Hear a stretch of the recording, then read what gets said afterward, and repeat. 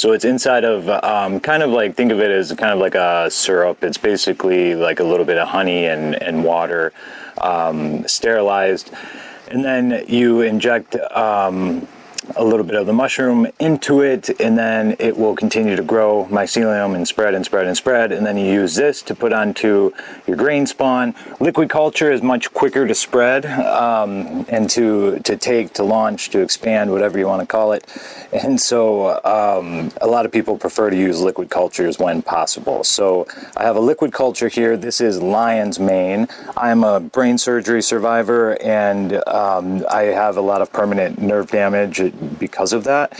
And lion's mane is one of the few neuroprotective mushrooms that is science-backed, data researched, data-backed, science researched.